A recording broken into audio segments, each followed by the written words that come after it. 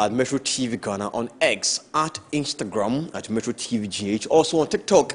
Go on there, like I tell you all the time, like, share, comment. Let's have a good show here this afternoon. My colleague Helen Anyaweja is on standby with the latest stories from around the country. Let me give you a quick insight of what we are discussing here this afternoon. The name NIB, National Investigation Bureau, is going to be changed to BNI. What does it mean and what exactly has necessitated this move? Also, the MPP is still gearing up for the internal executive elections. What exactly is happening in there after the election of a flag bearer? Are the people happy? Are they okay? Are they ready for what is coming for them? Yes, we'll be talking about that here as well. So for now, let me go to my colleague, Helen Anyaweja, who has the latest stories from around the country, currently on standby. Helen. Yes, good afternoon to you, Bright. Hope you are well. I'm okay.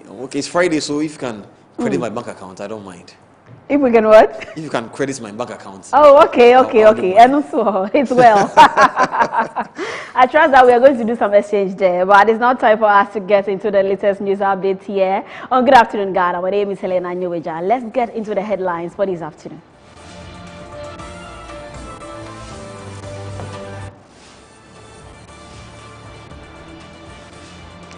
Health Minister visits Mamprobi Polyclinic and orders enhanced hospital security.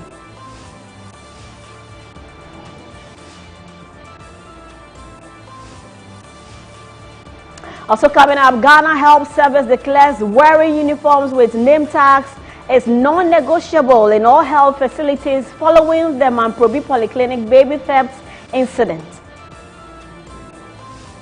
Also coming up this afternoon, a proposed security and intelligence agencies bill triggered heated exchanges in Parliament as government moves to restructure Ghana's national security and architecture and change the name of the National Investigation Bureau back to Bureau of National Intelligence. This and more coming up now. Please stay with us.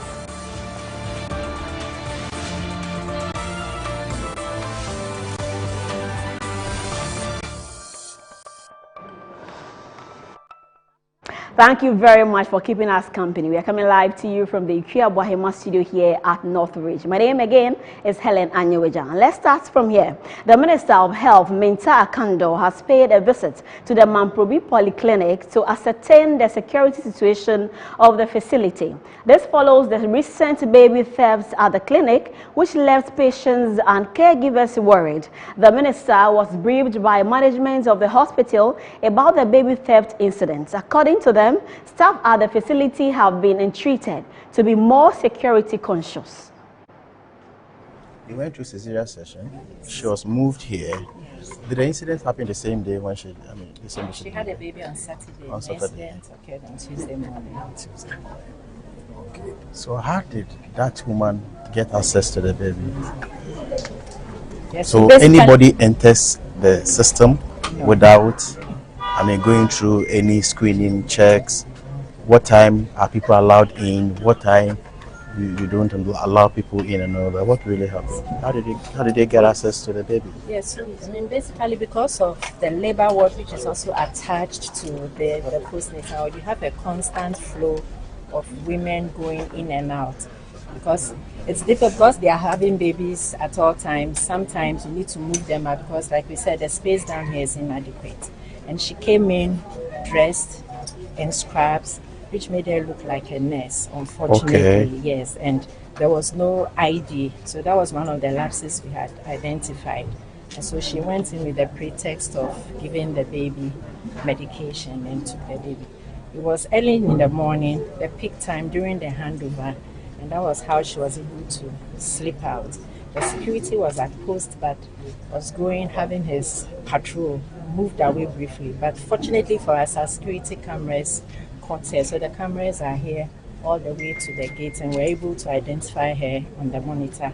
The mother also identified her when we took her to have a look at the footage. Have you received direct communication from the Director General that every health professional should be wearing his or her name tag?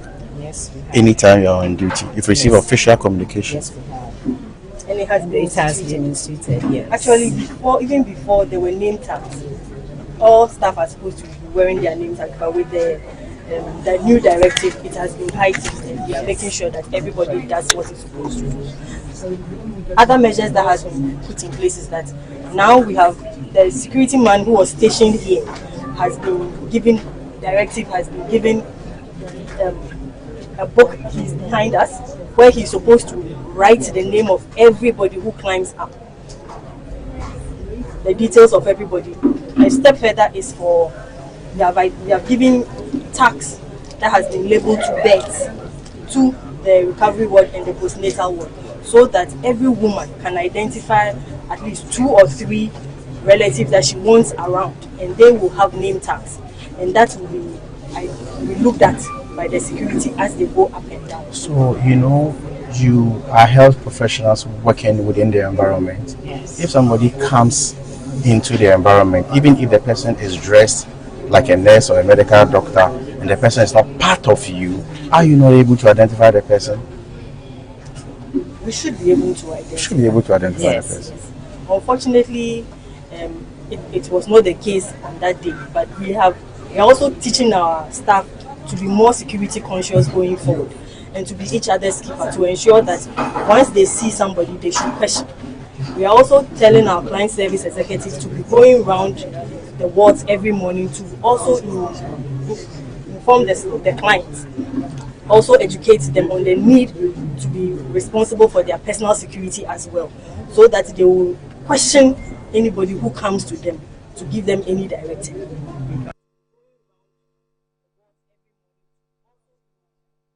Now, the minister urged all health facilities across the country to strictly implement security directives from the ministry to ensure the safety of patients and health workers across the country.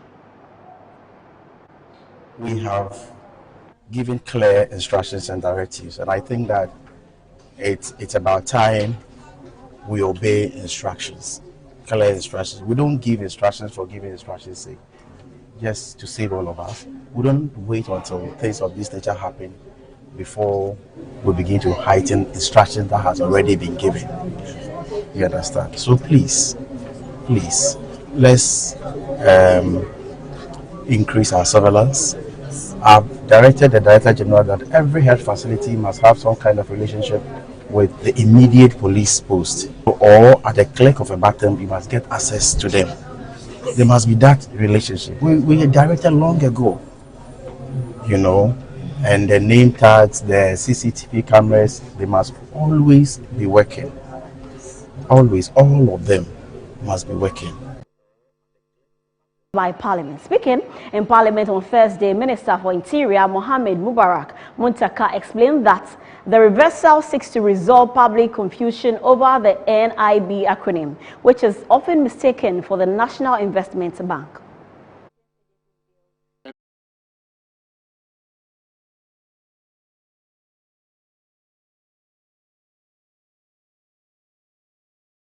For national security.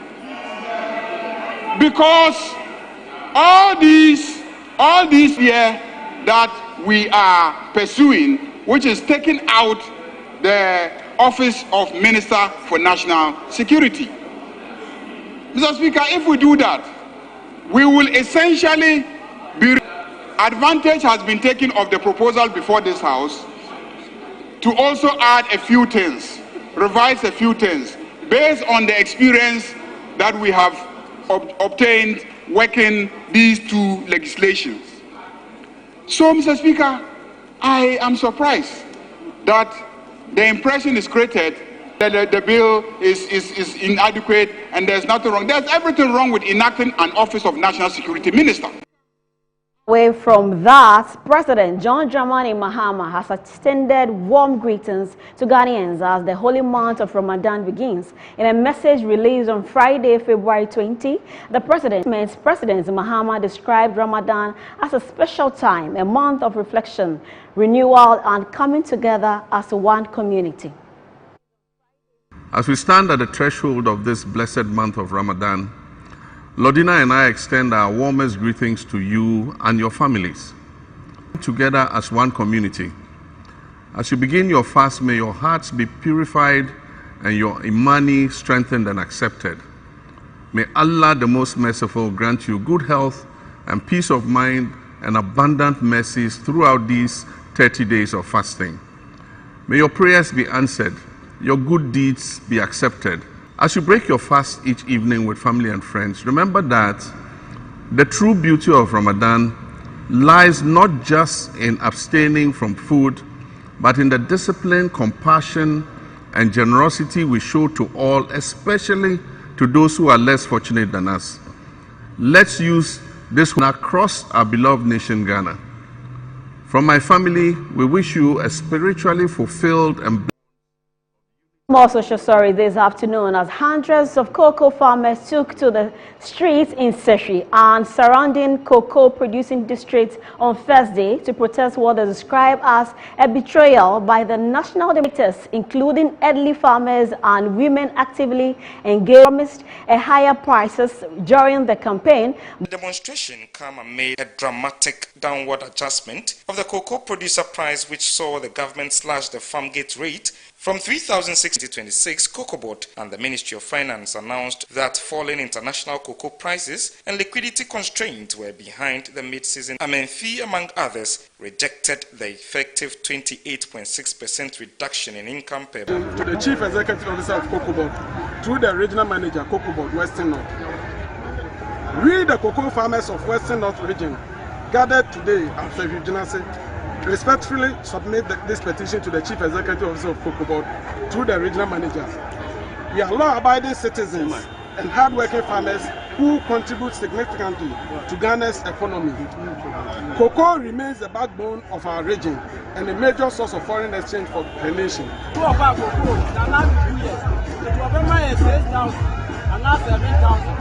We are still presented. When you say you have a body, you be a costume, now can present it. The idea of Nanto, when you be a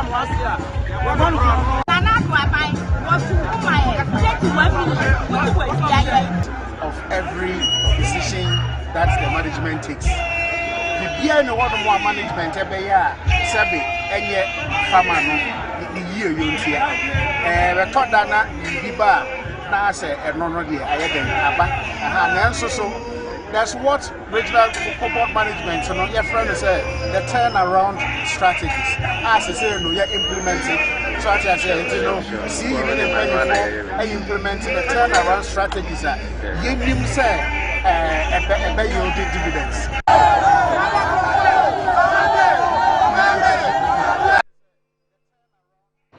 Still on more social stories this afternoon, the majority in Parliament has dismissed calls for bailouts for cocoa farmers amidst a reduction of the prices of the commodity on the international market. MP for Bolgatanga Central, Isaac Adongo, at a press briefing, attributed the current crisis in Ghana's cocoa sector to reckless borrowing under the former Nana Akufo-Addo administration. Caucus says the reckless borrowing of the NPP government has rendered Ghana incapable of borrowing from the international capital market to offer a bailout for the cocoa farmers. The chairman of the Finance Committee of Parliament, Isaac Adongo, has been addressing journalists on challenges confronting the cocoa sector. You have forgotten DDP, right? It was the same thing they were doing. They only know how to borrow. In fact, in this country, we were told that they were better borrowers. They knew how to borrow. Not better contractors of road. Not people who develop better education, but that they were better at borrowing. Unfortunately, they were better at borrowing, but not better at paying the loans. So in the end, they went to the world and said that we cannot pay. Because we cannot pay, we all have to take a haircut.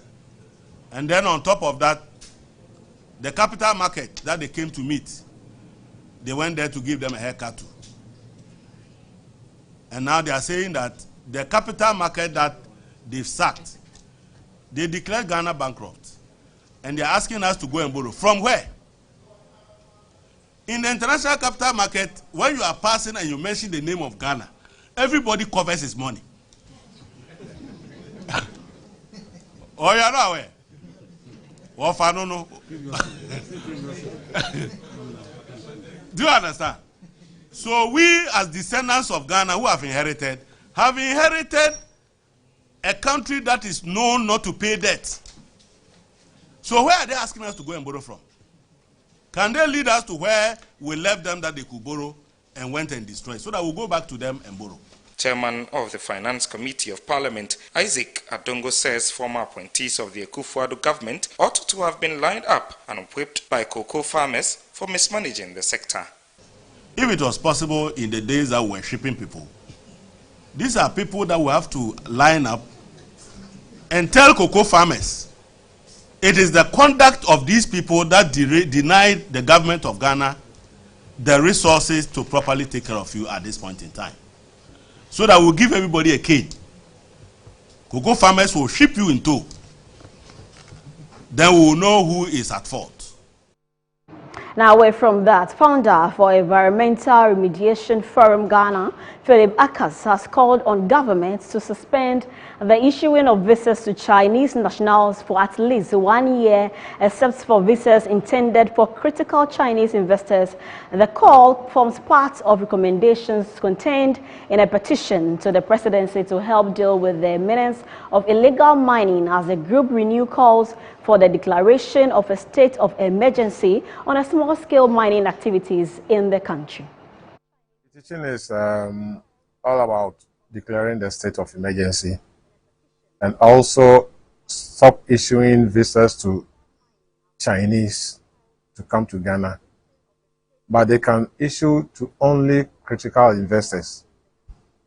And then all those who have overstayed their visas here, Chinese and all other nationals from the ECOWAS community who are involved in all these galamsey things, should be sent back to their respective countries. And if any foreigner is arrested for doing illegal mining, they should not just deport them.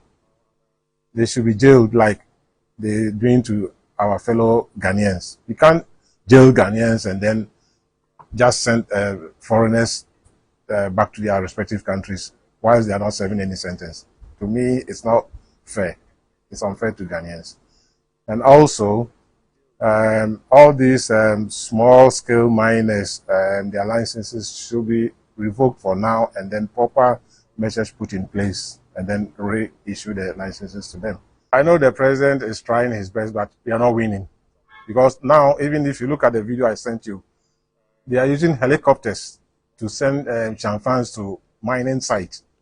So it's getting worse. Everything is getting worse now.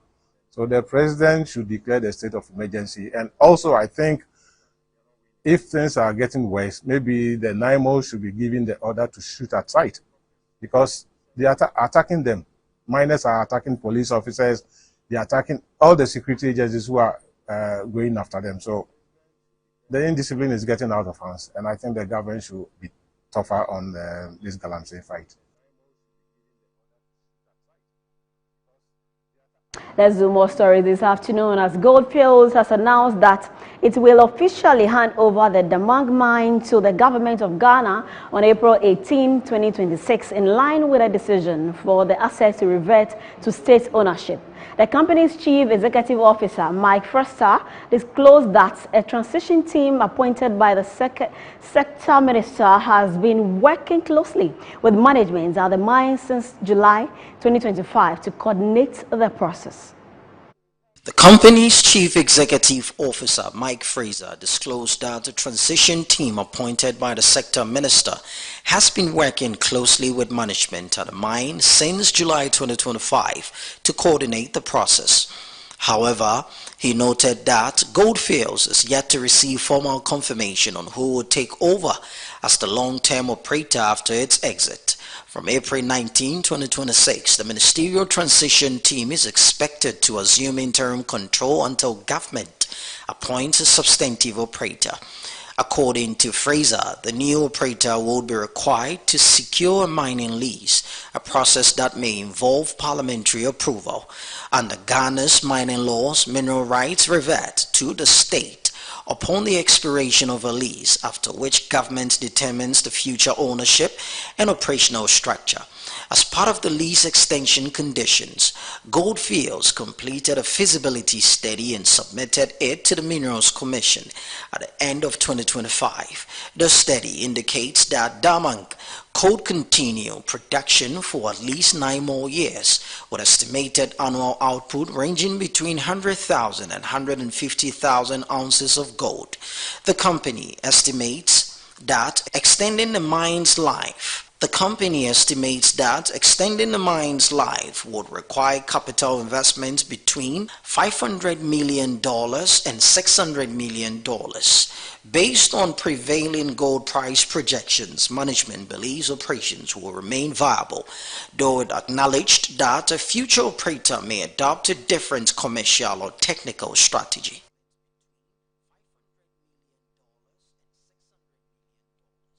That in a bold move to transform the insurance landscape, companies across the country are turning to seasoned industry veterans for leadership, while simultaneously opening their doors wider to the public than ever before. This is aimed at restoring trust, improving transparency, and modernizing how insurance works for everyday Americans.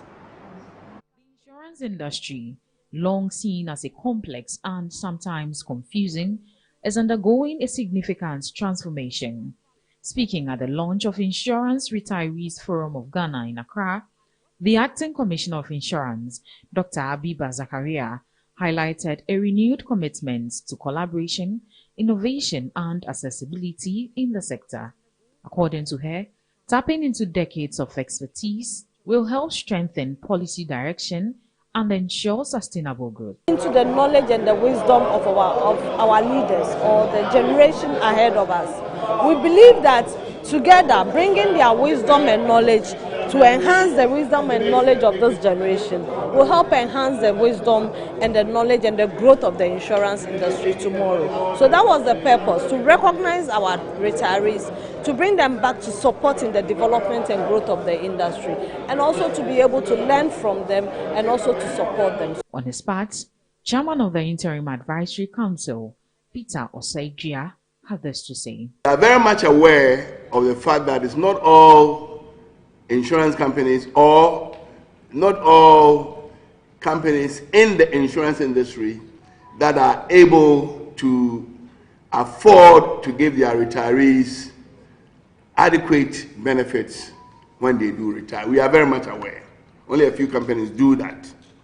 And that is the reason that the commissioner in her noble dreams and concept decided that there will be a fund set up to ensure that those who need help do get it. The event celebrated retired insurance professionals, bringing them back into the field, not just for recognition, but for impact. Now, the Parent Teacher Association of Tema Senior High School has handed over newly completed projects to the school to enhance teaching, learning, sanitation, and security. The projects include an 200 monodecks and a reconstructed boundary wall at the western end of the school, security posts, and a new gate. The handover marked the end of the tenure of the outgoing PTA executive, which assumed office in October 2021. Handing over the projects, the immediate past chairperson, Kwesi Okain Mensah, said the PTA mobilized resources from corporate bodies, including GASEM, Coca-Cola, Casapreco, and Nexans Cabell Metal Ghana Limited, as well as PTA dues to complete the projects. According to him, the association provided various forms of support to the school, including infrastructure, furniture, computers, medicines for the school clinic, and materials for examinations, amongst others. Donated 200 monodecks to the school. The total cost of all these is about 400,000 cedis within a period of just this 1 year. So when you came to the office, what has been some of the challenges you have to face? The challenges we face basically are we came with this free education system, where at a time they say they don't collect PTA dues, another time they say collect PTA dues. You know, all this were funded with the PTA dues. The headmistress acknowledged the PTA's gesture, stating that such investments were crucial to the development of the school. To try to do whatever, and they are the people who would even steal some things from the school. So with this, I believe that it is going to solve a huge problem for us, and we are grateful once again to the PTA. The newly elected vice chair of the PTA commended his predecessors and pledged the new executive's readiness to maintain and build on the high standards set for the overall well-being of the students. We've seen what they've done and what they've handed over. Development is a process, and where they have reached, we hope to continue from there. There is concerns about security, there is concerns about academic performance, there is concerns about infrastructure for teachers to enable them to stay on campus to help the students. And then they've also looked at other supporting activities for the staff.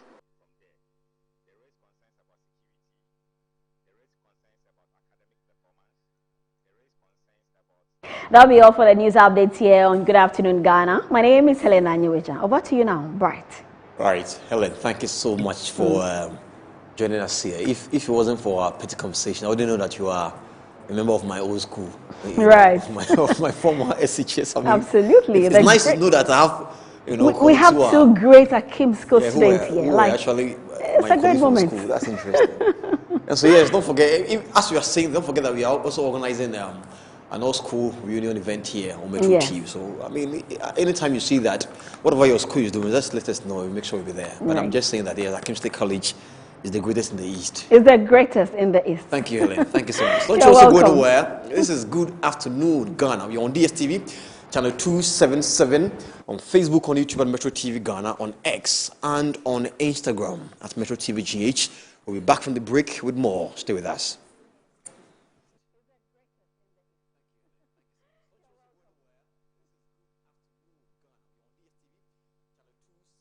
Are you a headmaster, headmistress, parent, teacher, or an educator looking for high-quality textbooks for preschool, primary, and junior high school students? Look no further than Advocate Publishing Company. Advocate Publishing Company is a leading publisher of educational materials in Ghana that publishes very engaging, interactive, and comprehensive textbooks that meet the needs of students, teachers, and parents. Our textbooks are thoroughly published to make learning fun and easy. They are also designed to stimulate critical thinking, problem solving, and creativity in students. Make Advocate Publishing your preferred choice for all your educational needs. Explore our range of textbooks and educational resources. Visit us at the old GNTC yard near Kingsway, Accra. You can contact us on 0503 786 776 or 02408 06354, also 0531 600 360, and connect with us on Instagram, X, and Facebook at Advo Publishing. Don't settle for less. Choose the best. Advocate Publishing Company, empowering young minds one textbook at a time.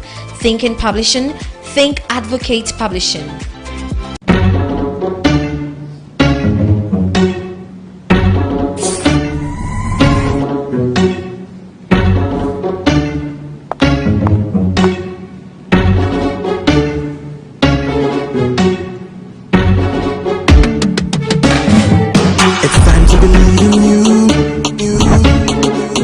Changing, so should you. If you're dreaming, don't be afraid. And in the valleys, keep your head up high. Got to dream with Puma drinks. Puma, Puma. Yeah, believe it, you can achieve. Puma, Puma. Oh yeah, clap your hands for the whole new vibe. Make me say, oh yeah, come alive. Puma, Puma. Let me hear you. Puma.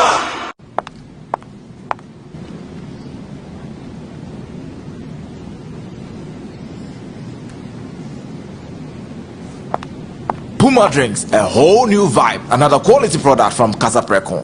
This advert is FDA approved.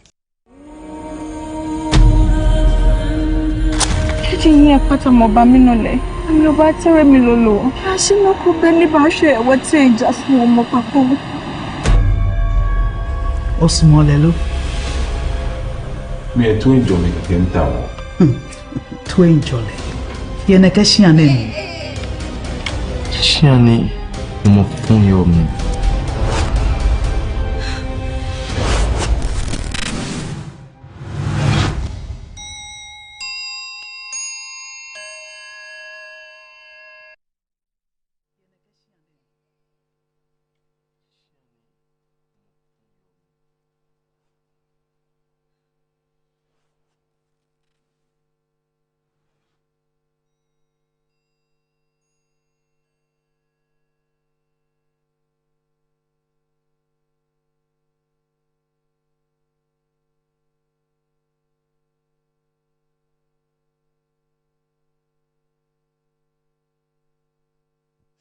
Thank you for staying with us here on the show, the program, Good Afternoon Ghana, specially made for you, wherever you are watching us from, whether online, whether on TV, DSTV channel 277, Facebook, YouTube, Metro TV Ghana, on X and on Instagram at Metro TV GH. Go on there, like, comment, and share. Let's have a good show here this afternoon.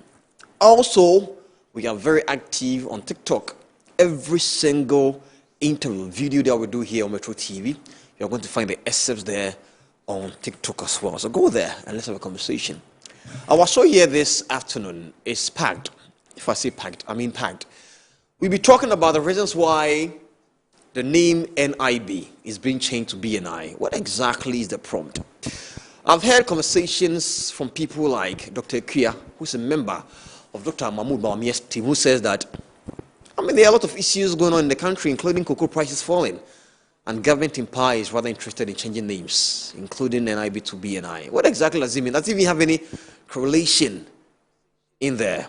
We'll be talking about that as well. And also, what happened there in Mamprobi Polyclinic, where a baby was stolen by a mother who we are told already has 2 children, but still came to the hospital to steal the baby for her newly married husband. What exactly is happening? Issues of security. In a conversation between a health official in the hospital and the now health minister, Minta Akando, she said,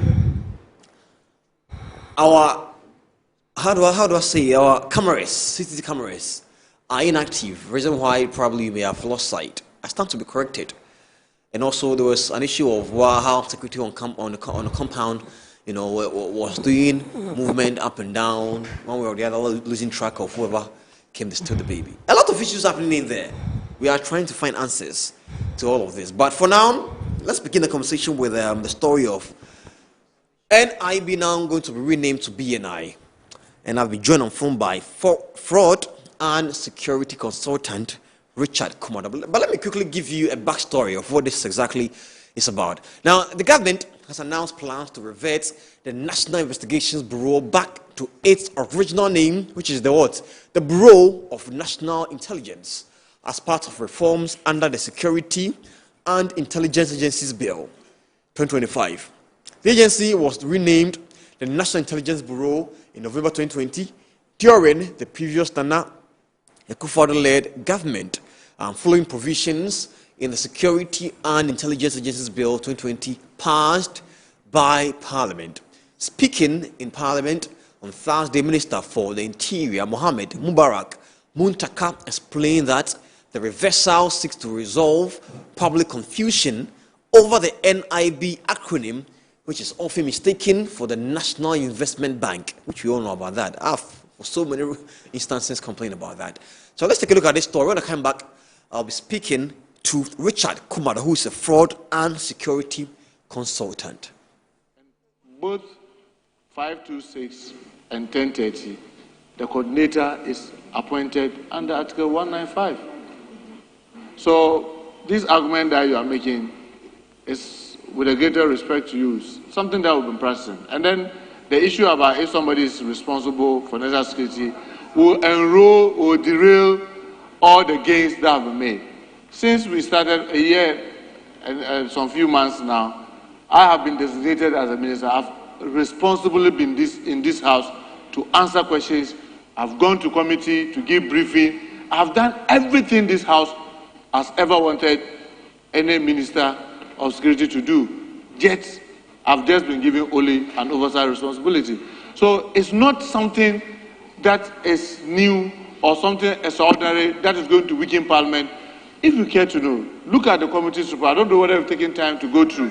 You will have seen that in the committee's report, there's even a new addition about how this House could place an oversight on the security and intelligence sector. So, please, Mr. Speaker, I think my colleague should straight to whatever contribution that is made, but it doesn't create an impression or mislead the House as if something untoward is now coming. What we are coming to do is not much different from what has existed in the past. Thank you, Mr. Speaker.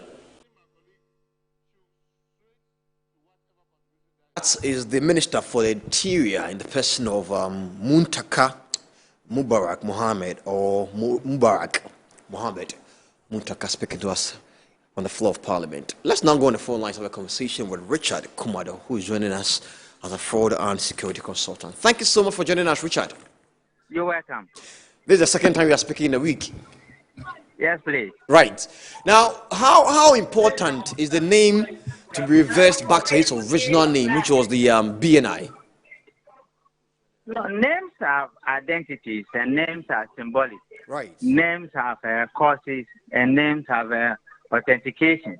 The BNI is a solid brand that has worked extensively in helping to ensure the national integrity and the sovereignty of our nation. Right. So when you change it, particularly when you made a mistake of changing it to look like a name of a competing bank, straight away you've created a security intelligence problem for the frontline officers who perform daily jobs in the front line, and they will need an identity to that regard. Then again, when you look at it, nobody changes the name of intelligence organizations for just changing its sake. But what we witnessed in the past was just throwing away the at 526 and bringing out at 1030. Then you change the name of the BNI. You change the name of the Bureau National Communication to Signals Bureau. Then you change some other names. You create a problem for the system and you made the organization dip downward. What they are trying to do now is to bring back the organization into the position where they will be effective when it comes to the job that has been assigned to them. Then secondly, there was this confusion about NPP tried to turn the BNI into just intelligence collection agency. And we've argued and told them that this thing you are doing is not properly thought through, it's not strategic, and it lacks merit. Why? Because the end result of every investigation is intelligence. So when you investigate, one of the key outcomes you have is intelligence, which then informs organizations and businesses and national security agencies in taking out decisions which forms the priority areas in that regard. So that thing was wrong. Then you came to the policy and ideology level, where MPP in the days of Kufuor, President Kufuor had Francis Poku, who doubled as the coordinator and the minister. In the days of President Mills and President Mahama, you have Bebulake, who went in as security coordinator, and when he left for Africa Union, Wafaya took over as the security coordinator.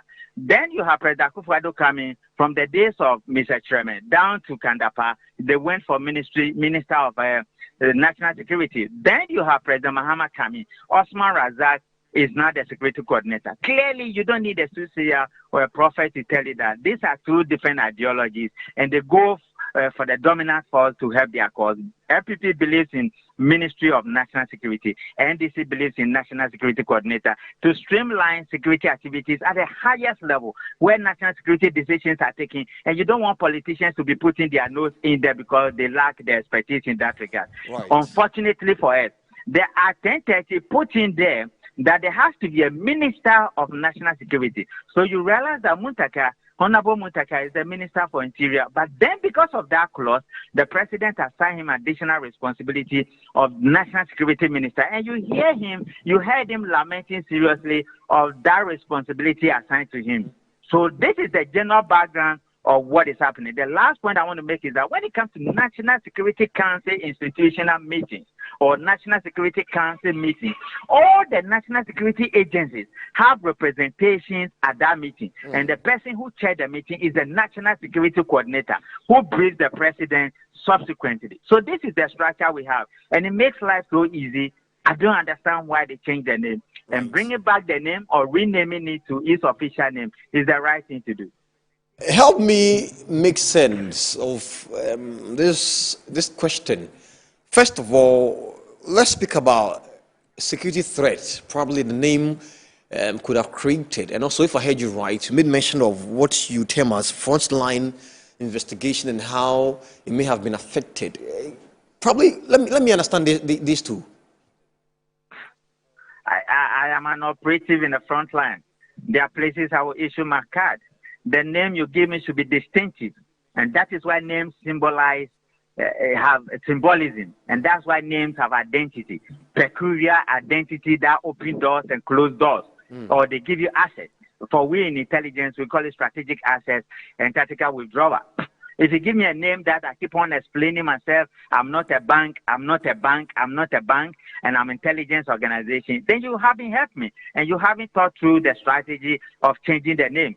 And this whole thing about changing it from investigations to intelligence guidance, you don't really understand what you are doing. And you create a problem for the frontline officers in terms of risks and in terms of the threat that comes with the job they do. And that was the unfortunate thing they did. I mean, not to politicize this, but I'm going to ask you this question based on what we've heard the opposition, some of them say, concerning the name change, that, listen, there are issues happening.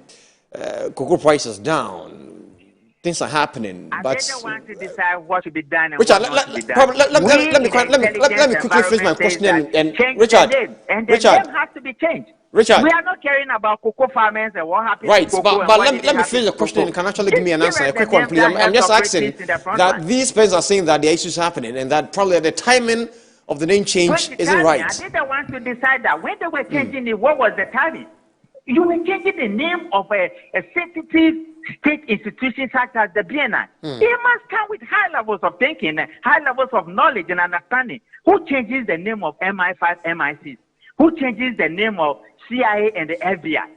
Your CIA and the FBI is the research department and the BNI, respectively. So you don't do that to a sensitive national organization institution that is the only one standing today. And when you bastardize that institution, you are opening up the country into all manner of attacks. It's unheard of, and we shouldn't tolerate it anytime soon. Right. All right. If you are to be hired as a consultant in this process, what will be your first advice to government? Change the name. You've long overdue. Change the name. Maybe you are not aware of the role I play. I've waged a campaign, single campaign crusade, 5 to 6, 7 years now. Change the name. And this is my baby, and this is my idea. Change the name and put the officers back there. I worked with the BNI for many years. We know the scars we carry, and we know the threats we face on a daily basis in making sure that every Ghanaian is safe and the rights of Ghanaians are protected, and the state and the national sovereignty guarantees are achieved at all times. So don't come as a politician and create a mess for us and create problems and run away and use grammar, things you do not really understand. No, it's unheard of in this country. Right. Thank you so much. Richard Kumado is fraud and security consultant.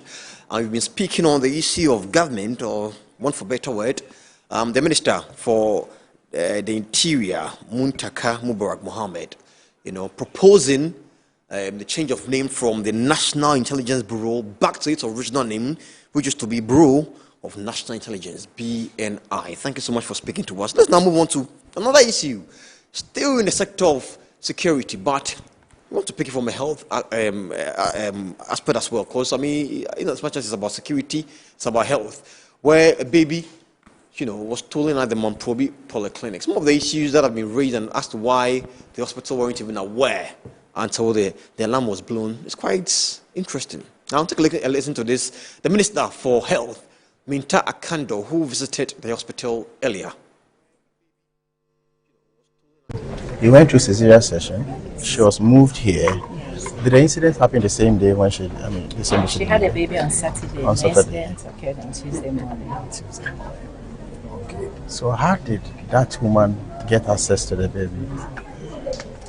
Yes, So basically- anybody enters the system without, I mean, going through any screening checks? What time are people allowed in? What time you don't allow people in and all that? What really happened? How did they get access to the baby? Yes, I mean, basically because of the labor ward, which is also attached to the postnatal, you have a constant flow of women going in and out. Because it's difficult because they are having babies at all times. Sometimes you need to move them out because, like we said, the space down here is inadequate. And she came in dressed in scrubs, which made her look like a nurse, unfortunately. Okay. Yes, and there was no ID. So that was one of the lapses we had identified. And so she went in with the pretext of giving the baby medication and took the baby. It was early in the morning, the peak time during the handover, and that was how she was able to slip out. The security was at post but was going, having his patrol, moved away briefly. But fortunately for us, our security cameras caught her. So the cameras are here all the way to the gate, and we're able to identify her on the monitor.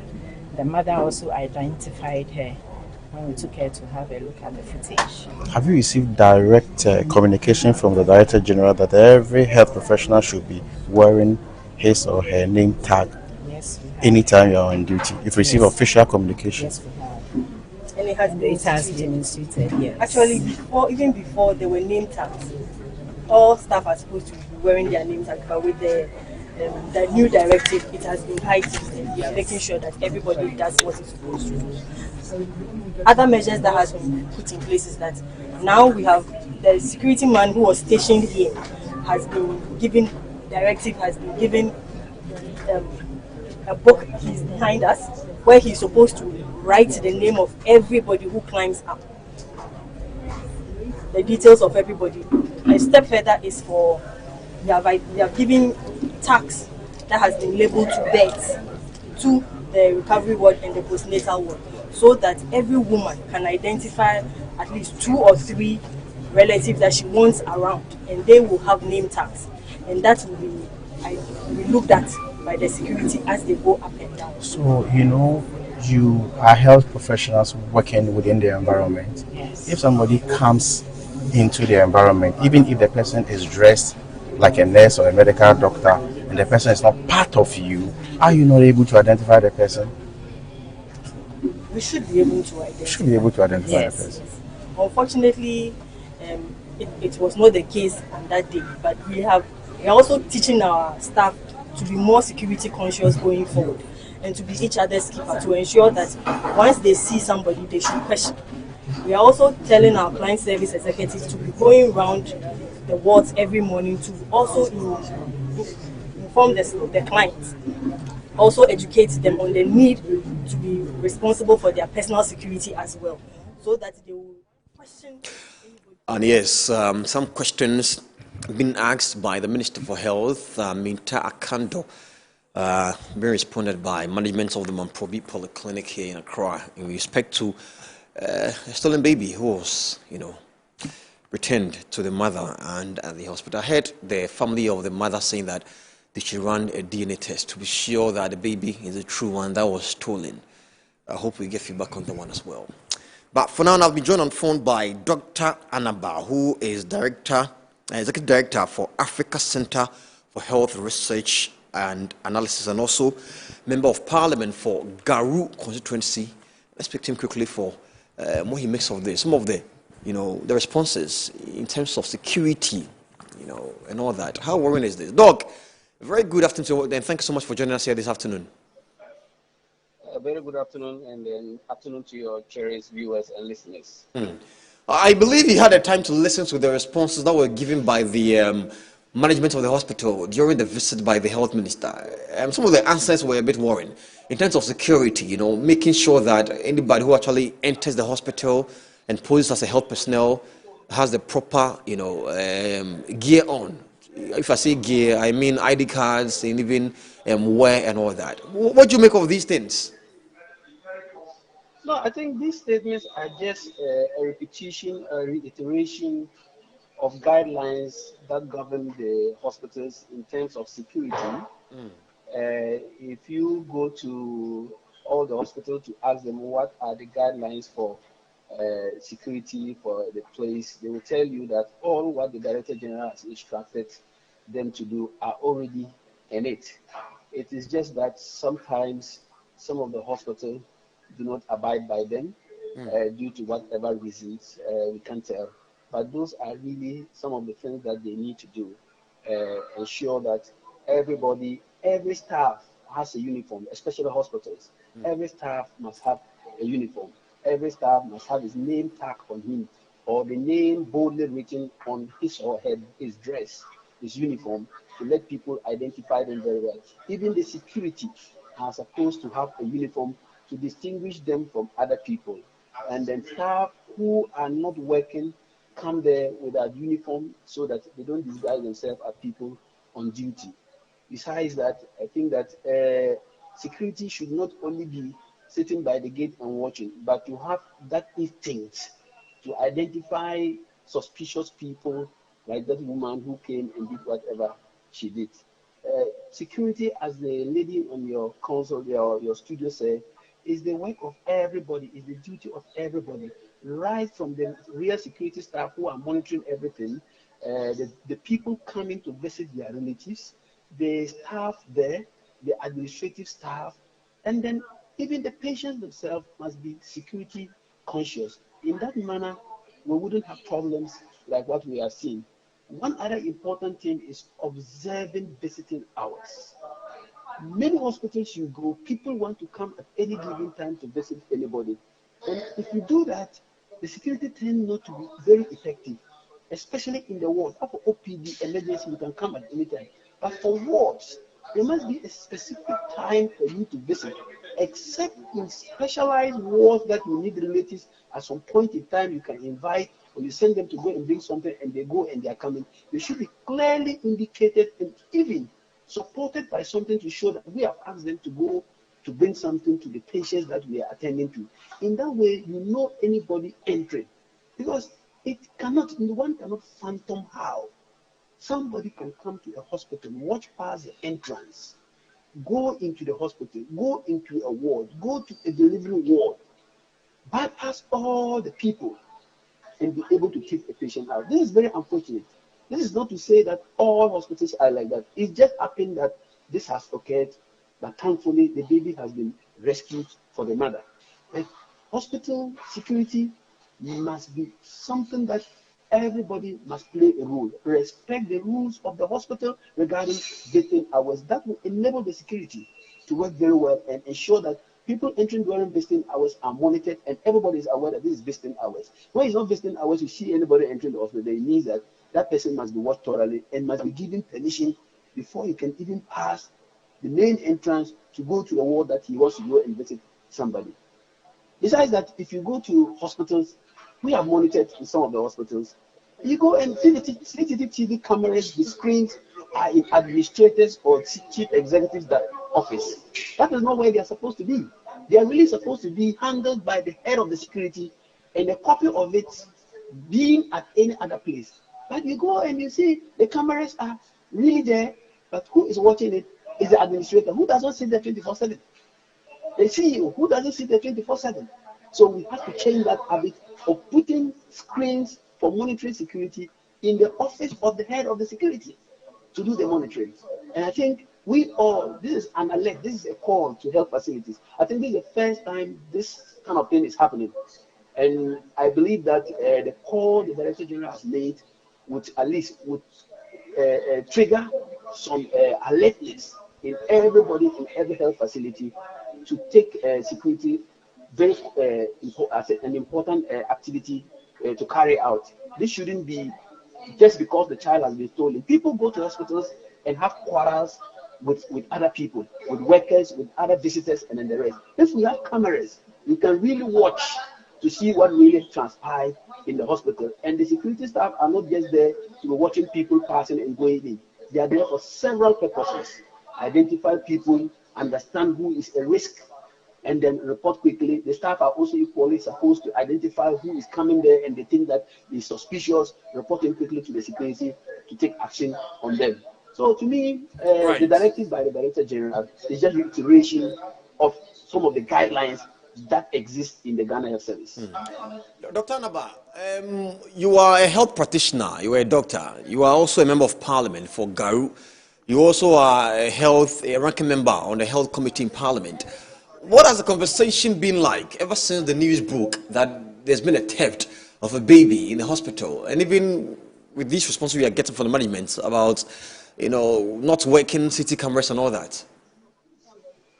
I am not the ranking, I'm a member of the health committee. But what I can tell you is that the leadership of the committee is working closely with the Minister of Health and the Director General to ensure that what is needed to be in place is there. These security cameras and all those things are the duty of the hospital to procure them. How they have to put it in their budgets and then the rest to bring for us to approve. We as Parliament, we don't have a problem in approving such a budget to enhance security at the place. But I can tell you that as of now, the leadership of the committee are working with the Minister and the Director General of the Ghana Health Service to ensure that there's proper security in our various hospitals henceforth. And finally, what advice will you give our health facilities in terms of securing such safety in their premises? No, what I would advise them is that currently, I don't think those hospitals who don't have CCTV cameras can just go at once and buy them today and install them. It is for them now to try and sensitize the whole community of the hospital. All the workers of the hospital must be sensitized about how they can coordinate security. The people working as security officers there must be up and doing. If they need consultants to come and advise them, if they are private security company, they have to advise them to up their game, and then the rest. At the same time, we have to understand, let the people, even patients, understand that security is for all of us to play a role to ensure that we are safe in the hospital. Then therein, they can now, for a short term, plan on how to procure the cameras we are talking about, because that one would entail money to be released, and that one would entail approval.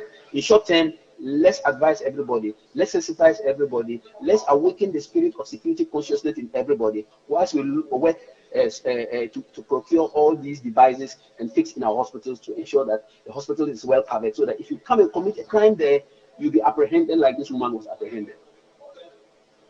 Dr. Anaba is a member of the Health Committee in Parliament, member of Parliament for Garu constituency, and also a health professional. Thank you so much for speaking to us here this afternoon. We are grateful.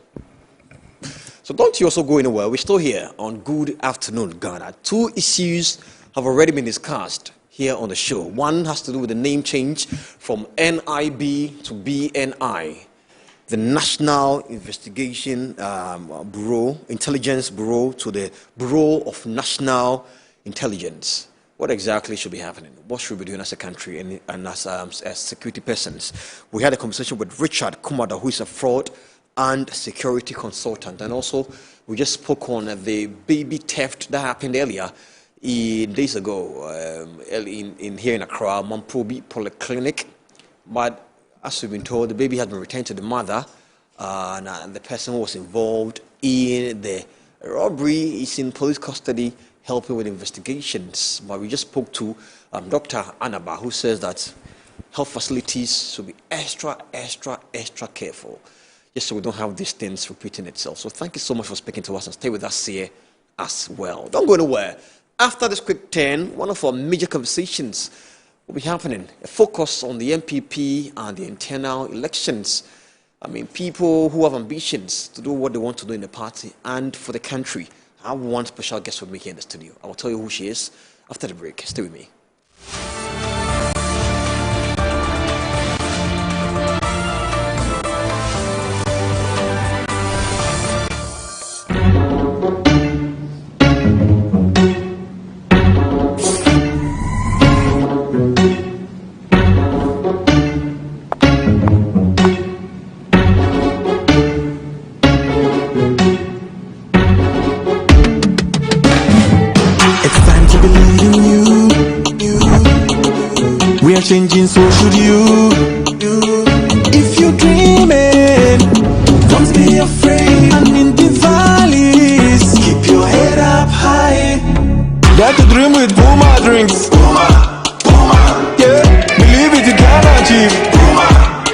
Oh yeah, clap your hands for the whole new vibe. Make me send the blessings. Oh yeah, come alive. Let me hear you.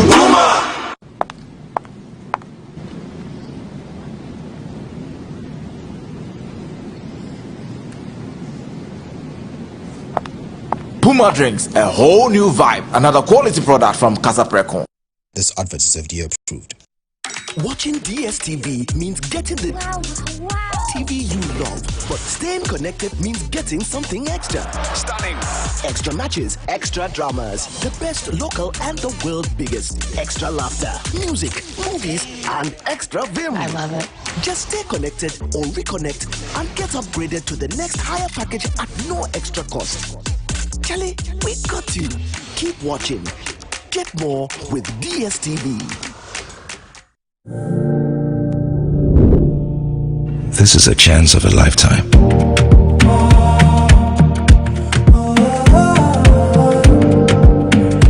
My opportunity.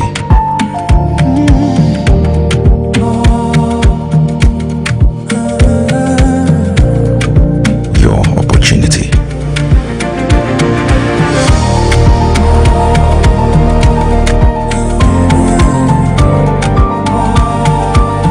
Let's build Ghana together. Come on, let's go.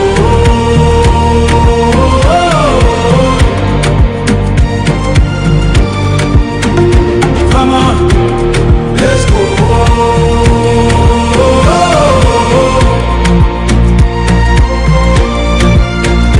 Come on, let's go.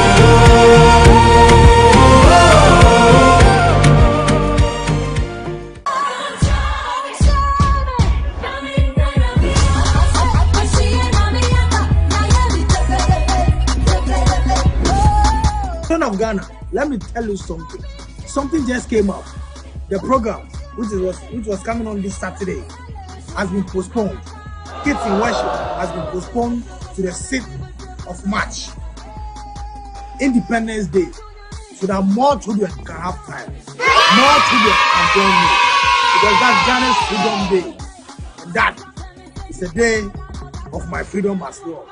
So on the 6th of March 2026, I'll see you at the Children's Park instead of 21st February. It was supposed to be this Saturday, but it has been postponed to the 6th of March to make available, make more room for your friends and your brothers and your sisters and your mothers and your fathers, everybody to join you, so that we'll have a lot of fun. So the program has been postponed to 6th of March. Same venue, Children's Park. I can't wait to see you on Ghana's independence, the day I gained my freedom. I came back to you all children. Thank you for the love. And that means I'll be coming to your school. I have more time to come to so many schools. So I'll see you soon in your school. I love you, Ghana. I love you, children. I love you, parents. And I love myself. God be the glory. God.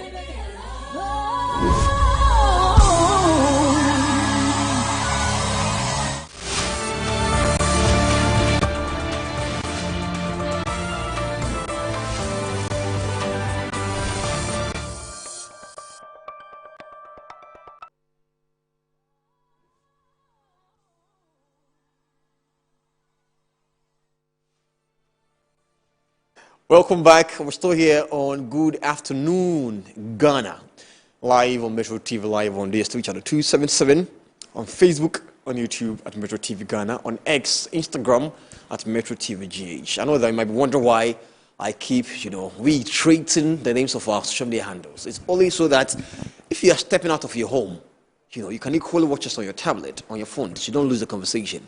That's why I'm taking it upon myself to make sure that I keep repeating it over and over again. Also, we are live on 94.1. If you're not watching us on TV, you are worried about missing the conversation. Don't worry.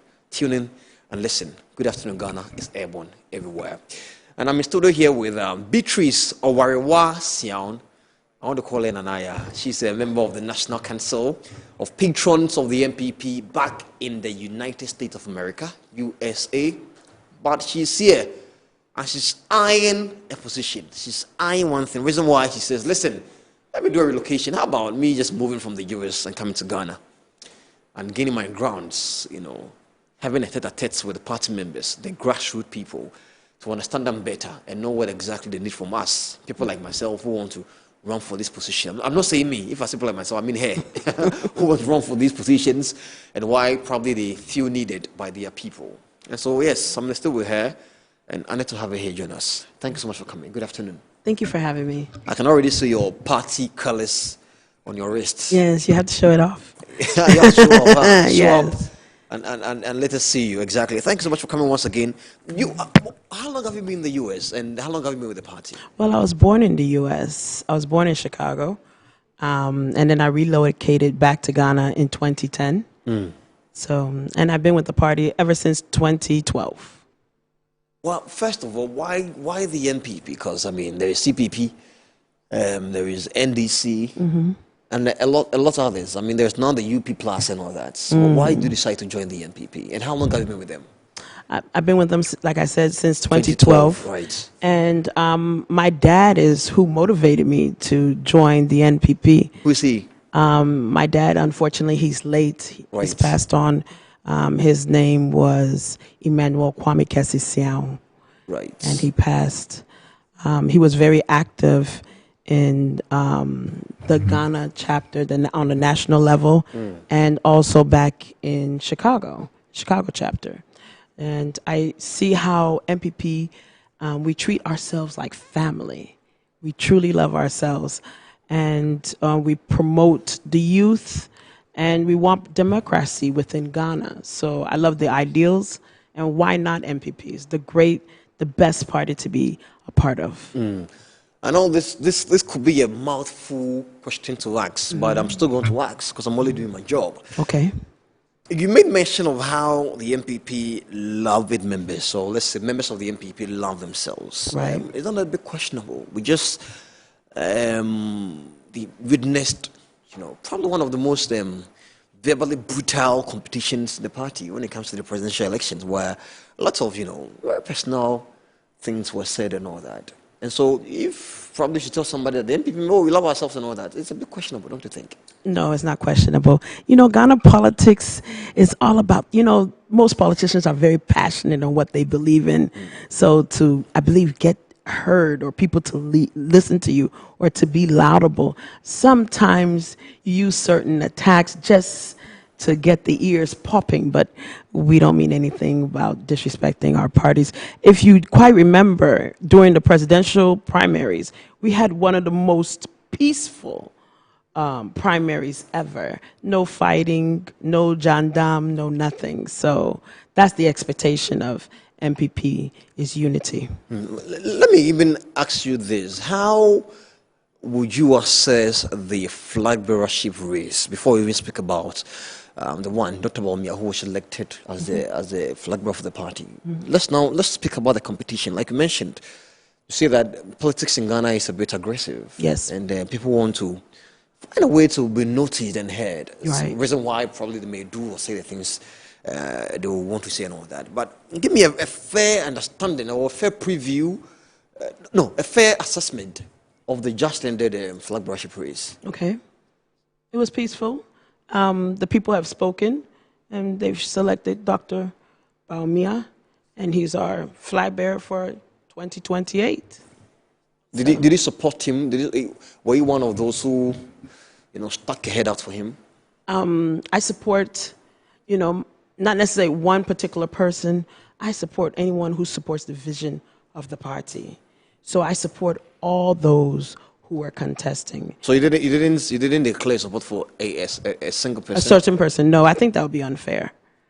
Because I'm a public figure, I don't want anyone to be biased or just biased due to what I've selected. I wanted people to choose who they truly love and they truly believed in. And I'm glad it's Dr. Bao. But you wouldn't have been the first person or the only MPP person who would have declared her support for any of the brands, whether Dr. Bawumia, Kennedy Japan, Eugenia Komne Japan, Dr. Brane Champon, or Dichum and all that. You would have been the first person to do that in the party. Others, over and over and over again, we treated why they believed in one of them.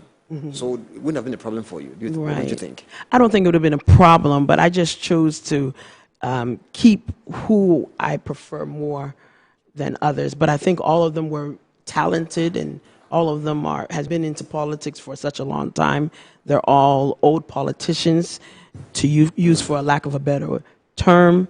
And I'm happy it's Dr. Mahmoud. You're happy it's him? I'm happy. You seem more excited. You seem excited saying that you're happy it's him. I'm happy it's him. So I can say Why that not him? He's before the humble. elections, He's you knew that he was intelligent. going to win?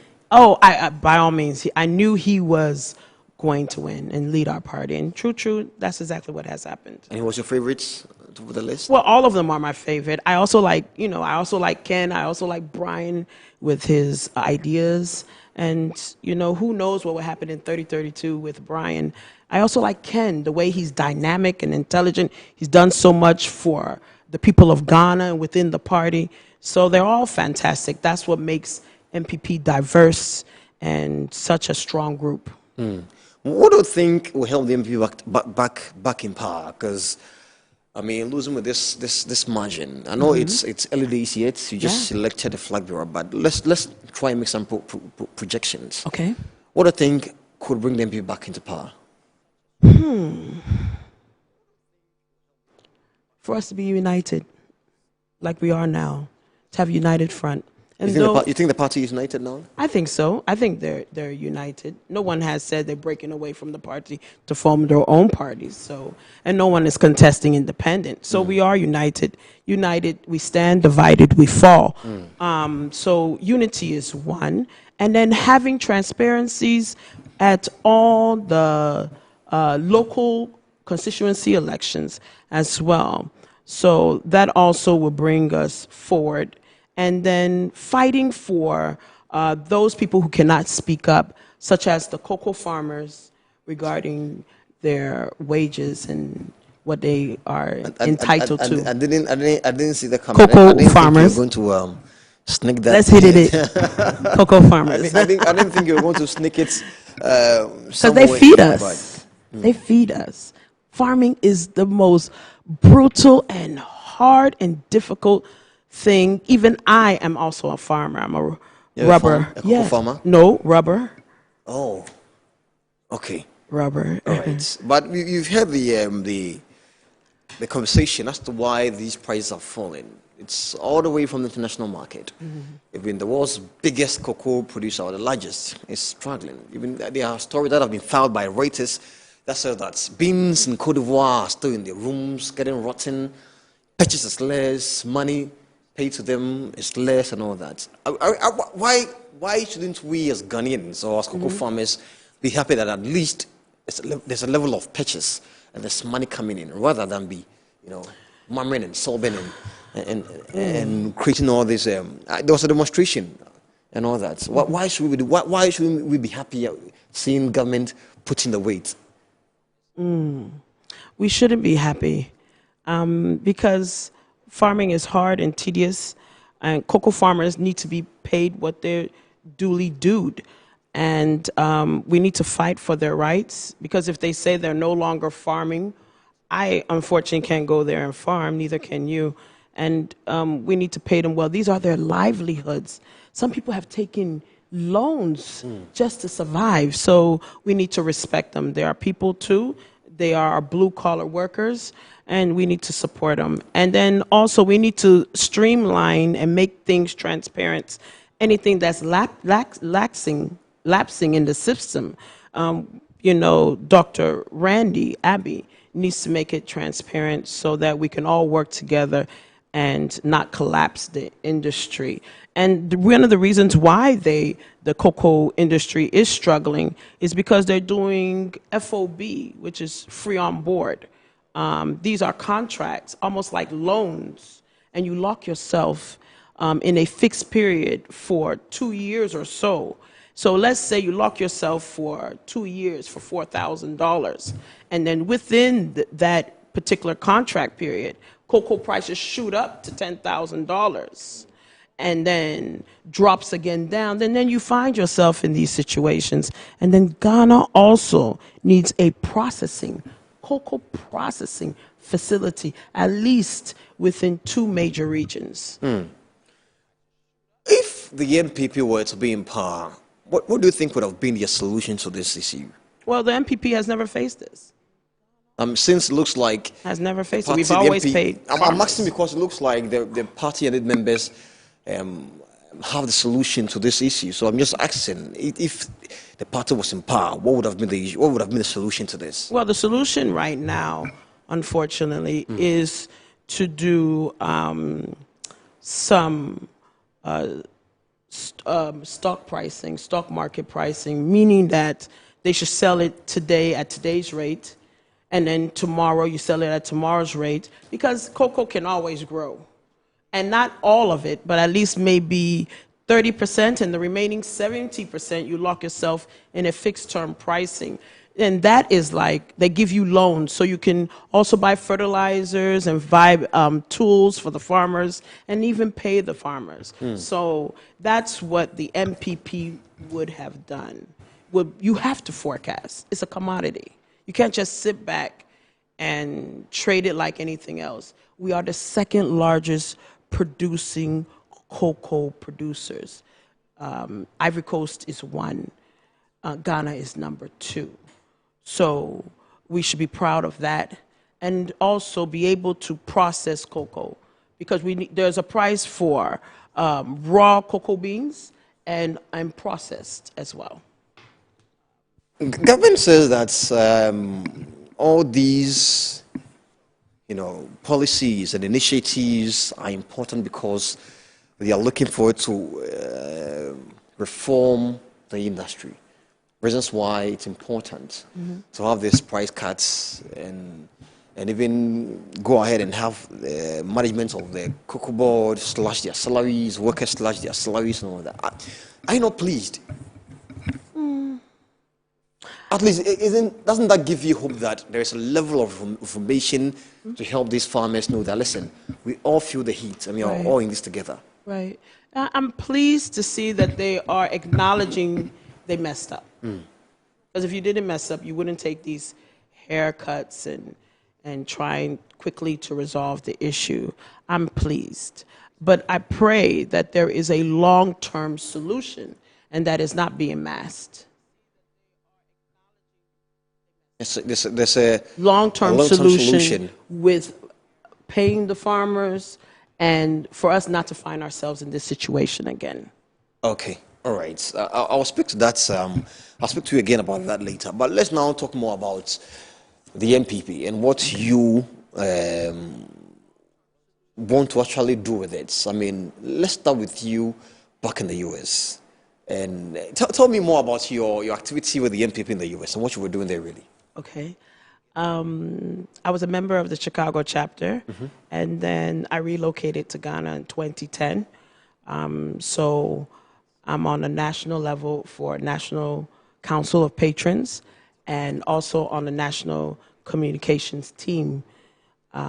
So with Council of Patrons, my role is, patrons mean money. So you facilitate with money. So whenever the party calls on you, hopefully you'll be able to answer the call and to assist them financially. And how has it been? Before you answer that, let's speak about your basic role when you were part of the MPP, party in the US. What exactly were you doing there? There I was. Before you relocated to Ghana in 2012. There I was a member there, so I didn't take on a national role there. Okay. It's only when I came to Ghana is when I took a national role. And how has it been for you? So far, it's been great. I meet people like you. I talk about a party that I truly love and truly believe in, and it's been wonderful so far. You're also eyeing a seat in Parliament. Tell me about that. I know probably you weren't expecting me to talk about it, but forgive me. Tell me about that, please. I beg of you. You want to understand why you want to do that, and why do you think it's time? Mariah Carey say it's time. Why is it time for you? Henny Will Hadron. So it is true. I am eyeing a seat at Asante Mampong. Asante Mampong. Yes, right. Patron. And that seat is the Member of Parliament seat within Asante Mampong. That is where my mother is hailing from. So wherever my mother is hailing is where I'm hailing. and people have been very receptive of me there. I've done over 40 projects in Mampong, even removed a refuse dump of over 40 years with some of my own equipment, such as excavators and a payloader. And then I linked with the assembly, and they provided tipper trucks. And that 40-year-old boiler took me about 10 to 14 days for the removal. The current member of parliament for Asante Mampong is Honorable Mprachum Sapon Kweku. Am I right? Yes. What would make you think you do a better job than him when given a nod? Or what? Before you, let me ask you that question first. What would make you think you do better than him? I'm doing my best. What makes Nanaya stand out is I speak to the grassroots people. And I always believe in serving and availing myself to people. All these 40 projects that I've done have been with my own money. I've not received one peso from government or one peso from the people of Ghana. So I use these projects to challenge myself and try to meet the basic needs of the people. Like I've done boreholes at Apa and Kofiasi. I tried to do an AstroTurf at Tadiem Park. And before I tried to started with the AstroTurf, you have to do a drainage system. So I sunk in about 4 billion Ghana cedis. And then, unfortunately, as I was doing the AstroTurf, I received stop work from the assembly. What was this? Stop work was around December. December. Did you mind to question them why they instructed you to stop work? They were saying that the park size, I wanted, right now Mampong doesn't have an AstroTurf. No, we'll come to that. But I want to understand why you were asked to stop. Yeah, I'm explaining. Mampong doesn't have an AstroTurf. And since I'm contesting, the AstroTurf to do 11 players is 11 billion. And so I said, I'm contesting. Let me save some of that money and use that to contest. So let me do 8 players instead of the 11 players at 5 billion. And so I met some opposition, and they gave me a stop work letter. Did you speak to any of the lands? How did you even acquire the land in the first place? It's not my land. It's a community land. And who did you speak to? Who gave you the land? Okay, no one gave me, but they've allowed me to work, which was Nana Nonum. The chiefs in the community? The chiefs in the community, so traditional council. And the assembly, at the time there was no MCE, so it was the coordinating director and their engineer. Now, ever since you were asked to stop work, have you gone back to the chiefs to speak to them, let them understand what is happening? What was their response? As I was doing the drainage system, unfortunately, Dasibre II passed, and so now we have a new Dasibre III. And I went to him to tell him that I've been stopped, and he says, Nana, I would like you to continue the work. So are you going back on it? Yes, but I put 8 trips. I'm 90% done. I put 8 trips of filling there. I'm asking for the drip machines, and I'm still receiving some resistance. So what do you intend to do then? I would like to. Because that's a lot of money that's already going in there. Yes, you wouldn't want to see it go to about waste. 5 to 7 billion Ghana cedis. And you wouldn't want to see it go to waste. I don't want to go to waste. So what do you intend to do then? I want to host. I hope we can host President Mahama there. So I'm still pushing. But if I'm keep pushing and pushing, I'm trying, and I'm not getting what I'm looking for, at some point I'll be discouraged and stop. Let me ask you this. Has there ever been a time where you felt like probably your money is going to waste? Why don't I just give up on all of this politics and just sit somewhere and enjoy my money in peace? But sometimes that mind, Satan does speak like that. That fear comes in. But you have to look beyond that because you're leaving a legacy. If not you, then who? If not when? If not now, then when? So I'm leaving a legacy. Even if I don't win, at least I did something for my people.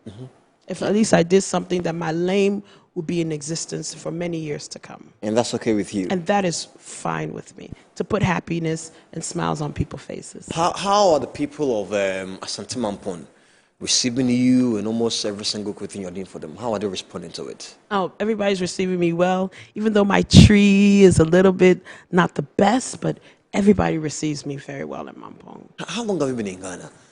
Since 2010. 2010. That's about 16 years. And maybe the fufu is not going well. And probably think that's why I think your so. local language been affected and people are. But so anytime you speak to them, how do you communicate with them? With my broken tree. And I mean, you know, I give all the due respect to people. So I'm always at the grassroots. I'm always at a delegate's house. You know, I spend the night instead of my own home. I want to see how I can assist the people. So I sleep different various communities within Asante Mampong. Are you not going ahead of yourself? Because I'm asking this because primaries have not even been held by your party. Okay. They've not even elected someone to represent them for the constituency. And already you're doing all of these things. Yes.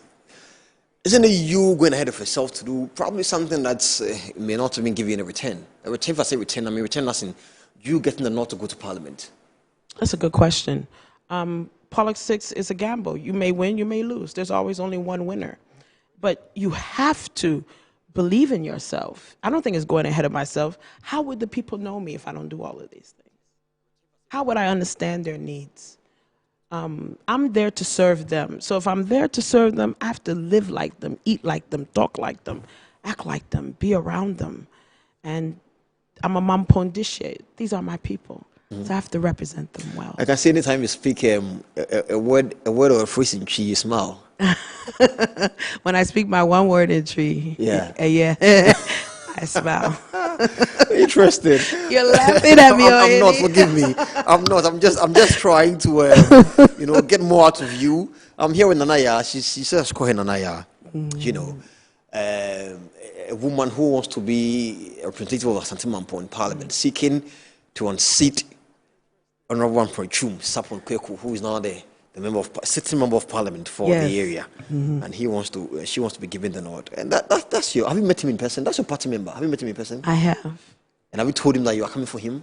And he sits. Does he know you're coming for him and he sits? He's aware. And he's aware. One day during, unfortunately, Darcy II's funeral, where the distinguished guests were sitting. Were seated? Yes, he was looking at me with eyes. How did you get here? How did you get? He's looking at me smiling, and I'm also looking at him smiling. And they said, they were giving me my fans, and he was just looking, and I'm looking, and he. So he's aware. I would have loved to see the reaction between the both of you. He's aware. But then, how receptive has he been? I mean, he can be aware of you coming, but then probably his reception towards you maybe. I'm sure he's uncomfortable, because I would be. Somebody's contesting my seat. I'll be uncomfortable. He's an old-time politician. Do you know why he was voted for? Have you bothered to find out why he was voted for by the constituency? Why was he voted? Yes. Have you found out? I think the people in the constituency, that is a stronghold of MPP, and they felt maybe nobody else was strong enough to contest him, and that he was the best fit for that job at the time. Now we have someone, which is Nanaya. How is the level of development in the area? In Mampong? Yes. Ajeri Asi is also from Asante Mampong, the gentleman that owns VIP. Okay. A part of VIP. And he also has built several buildings, such as the immigration building within Mampong and several police stations, and he's coming from ASEM and so forth. And I've also built a school at ASEM. Built a school. You've built a school there? A KG2 block. Yes, please. Interesting. From the ground up. Straight from the ground up? Yes. Okay.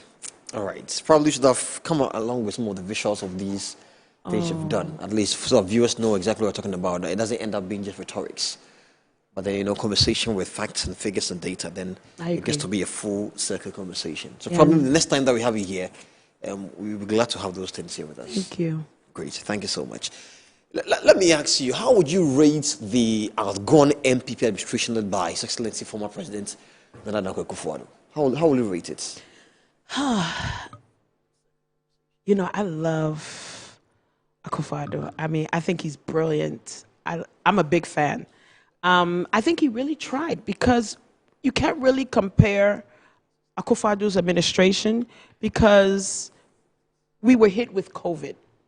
And right now we're not hit with the pandemic.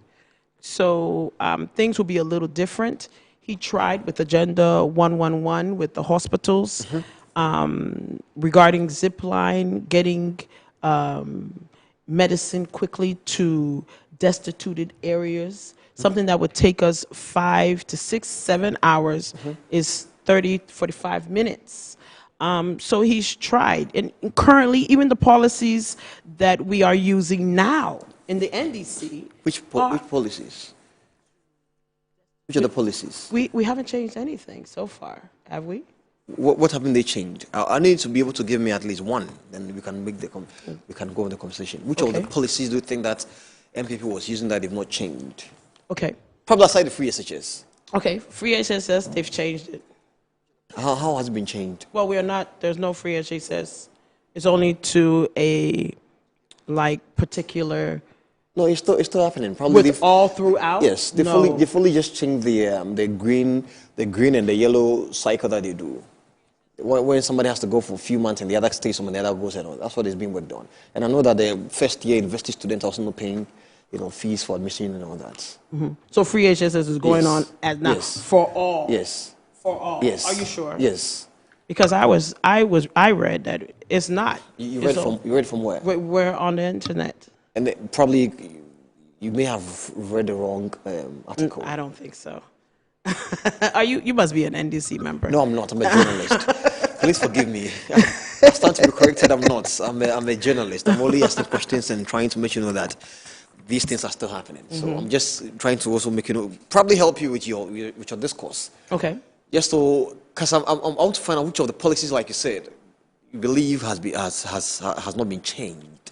Okay. And it's ongoing. But anyways, let me let that question lie. Let me let that question lie. Which of the policies of the NDC now do you fancy? There's 24-hour economy. Well, that was always there. Because there are some pharmacies that has been 24 hours even during the Akufo-Addo administration. Mm-hmm. So there's still some restaurants that do function in a 24-hour window. So it's not necessarily, but Ghana as a whole doesn't function in 24 hours. But there are still some places that institutions that do function on a 24-hour. You don't believe the country needed it to be constitutionalized, properly documented? You don't think it was supposed to be done? Because the president just assented it just yesterday. Mm-hmm. So let's see what happens. You don't have the belief that it will change the face of the economy? If it's implemented properly, let's see how it goes. Okay. But right now, the whole country does not operate 24 hours. Probably it's a gradual process. Yes. Everything begins with a step. So let's see. Aside to the full economy, any other thing? You asked the question, and now I answer. Okay. All right, then. 24-hour economy, and then he said he was tackling corruption with the previous administration. Mm-hmm. Yeah. I mean, there's one of the things that made a lot of noise about during the campaign was oral. Operation Retrieve all loads. Okay. You don't think it's going well? Have they retrieved any loots so far? They are yet to, but there are a number of cases still in court. Okay. You mentioned one before you came on air. What did I mention? I mean, you mentioned the name. I didn't mention anything. Okay. All right. I'm just asking. It's similar. We had our special prosecutor, and then you have oral. So it's the same apple and apple. I mean, the oral team was only to help, identify some of the cases that whether the Attorney General or the OSP could go after.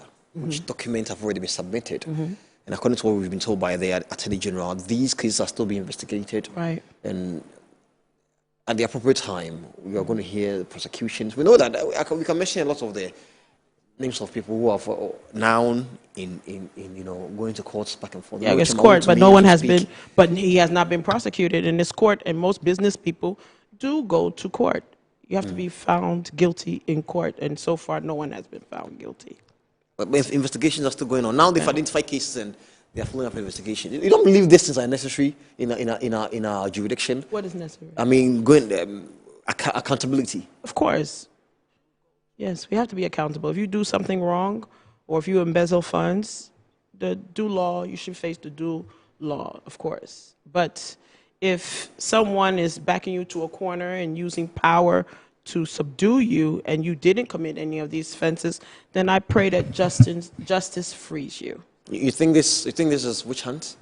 Can be, but I don't know. Let's see what happens. Because I'm asking because you just mentioned that people like if someone uses power to subdue you, that's what I'm asking whether it's witch hunt. I mean, you want to put that witch I don't know hunt. necessarily it's a witch hunt, but no one has been prosecuted, and we're still going, and it's been years. You don't think the NDC in government or government now, I mean, the NDC is different, and now government is different. These are two different, even though it's one party, they are two different, administrations. You don't think they can prosecute?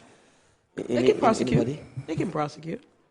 You have to have evidence. So, which of these cases that you've heard, Gifty Oware and the husband, and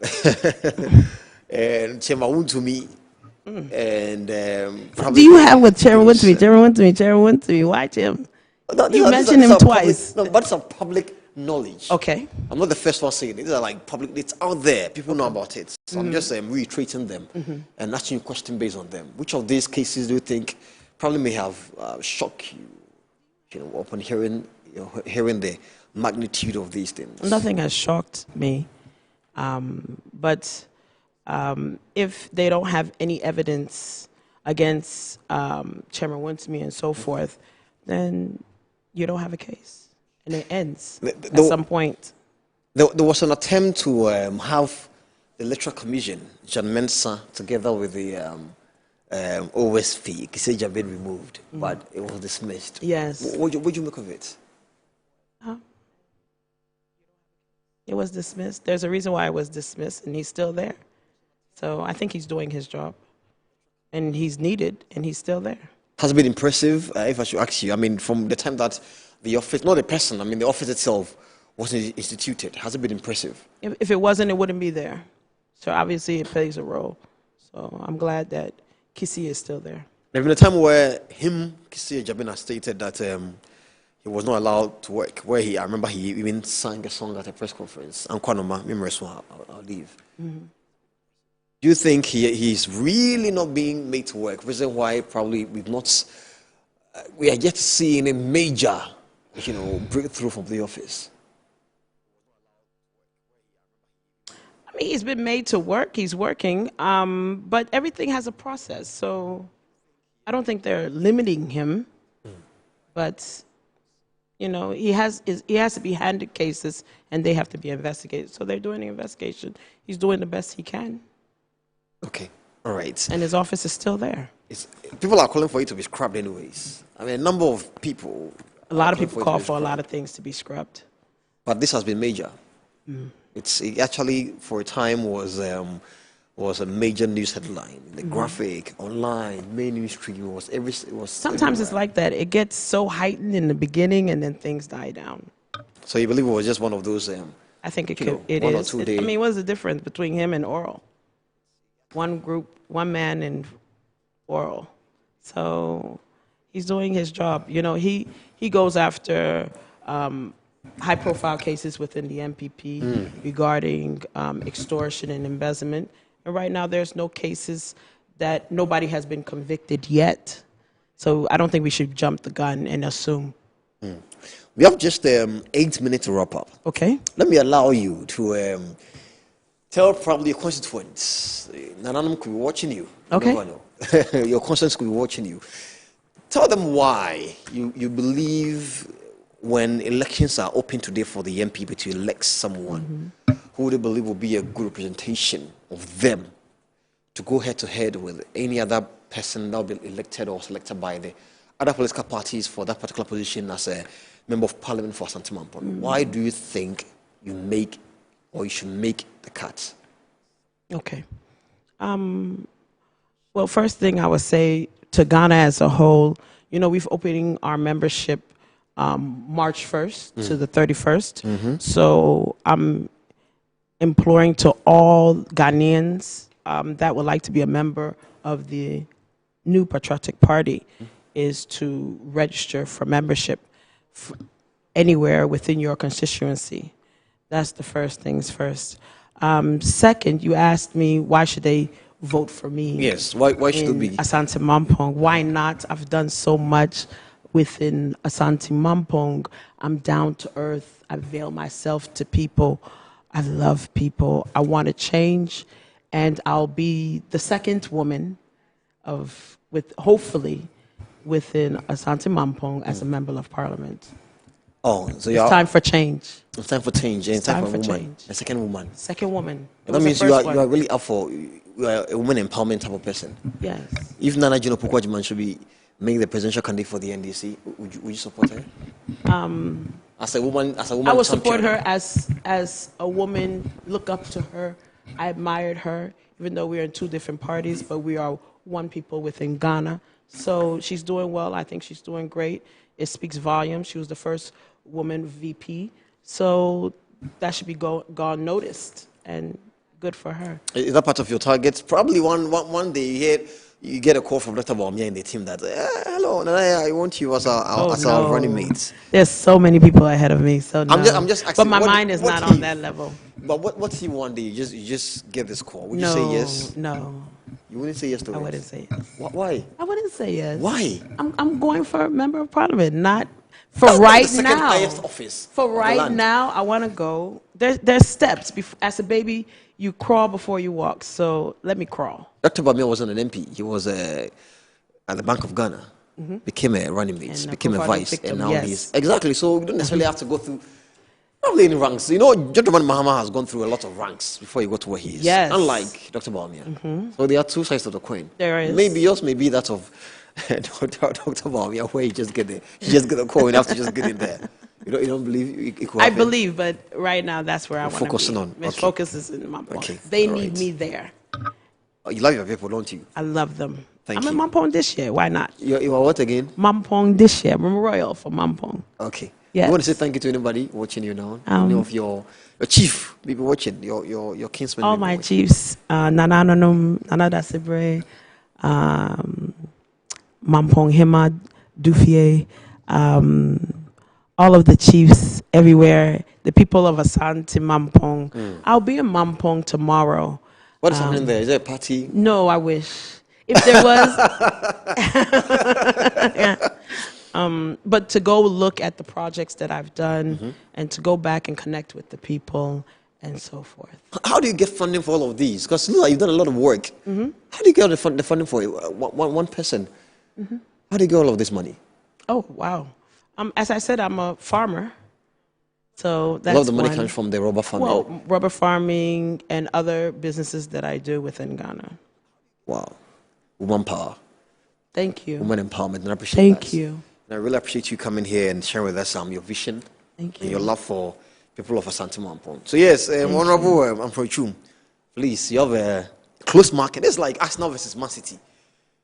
Yeah, you know how Man City is like very close to us now on the league table. It looks like that's how close you are targeting, Honorable Amprochum for the seats. Thank you. I'm sure he will not be happy you being here today. So yes, I've been here speaking to her. She is really doing a lot for the community, from building a fast route to, she's just telling me that she's built a school, KG2, blog from the ground up. That's a lot of investment, a lot of money going on in there. Her doing all of this work. So she's pleading that you give her the nod. Yes. As a parent representative of the MPP for Asante Mampong, and hopefully she becomes a member of parliament for the area.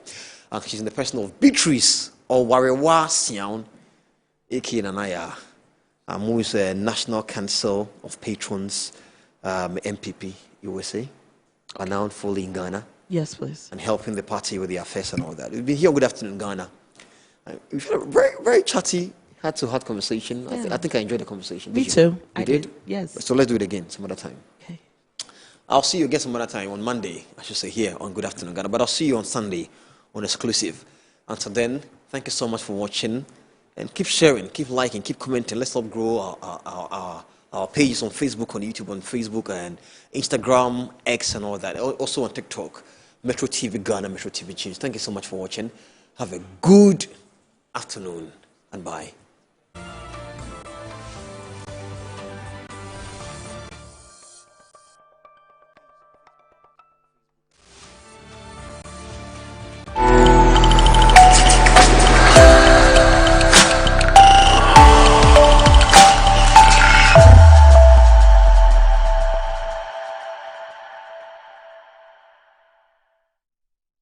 Our school is built on a hill. People so our motto. We are always victorious, 'cause we work in God's way. Oh, Hebrew girls.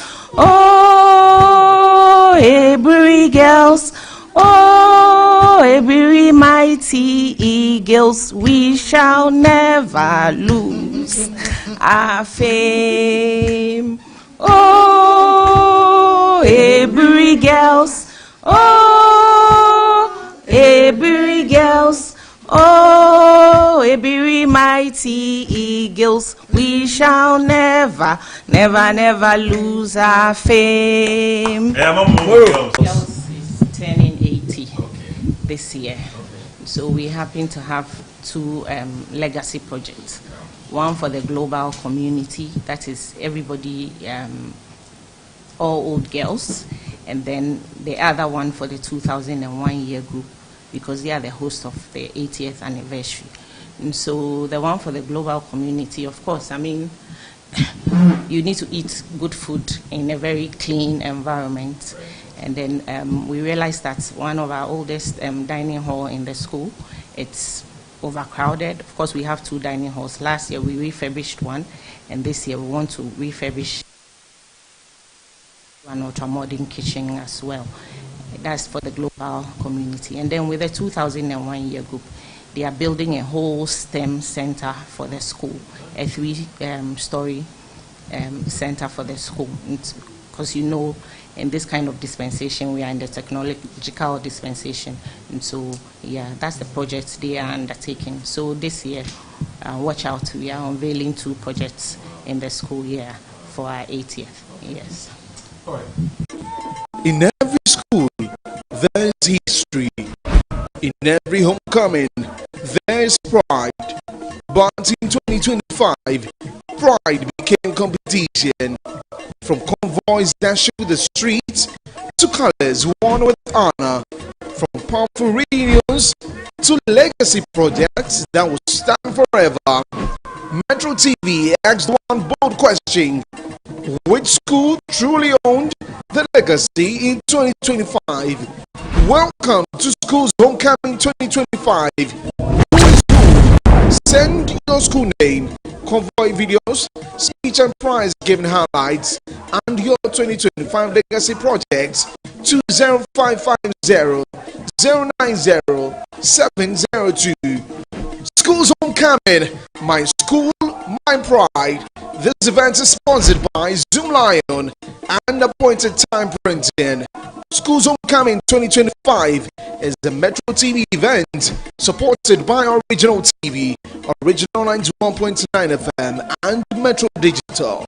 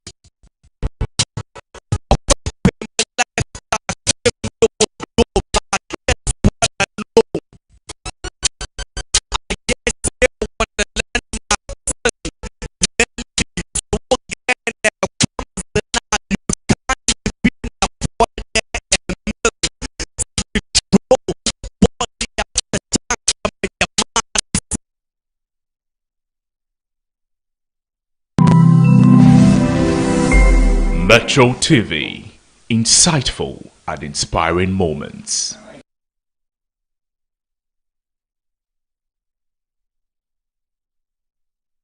Alright,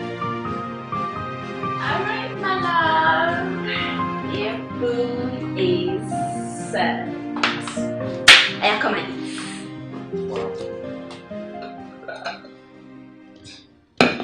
Like it? Honestly, I'm not going to lie. I think my stomach is in love with you too. Thank you, baby. Alright, eat, okay? I need to go clear. Wait. Slow down, soldier. What? Sit.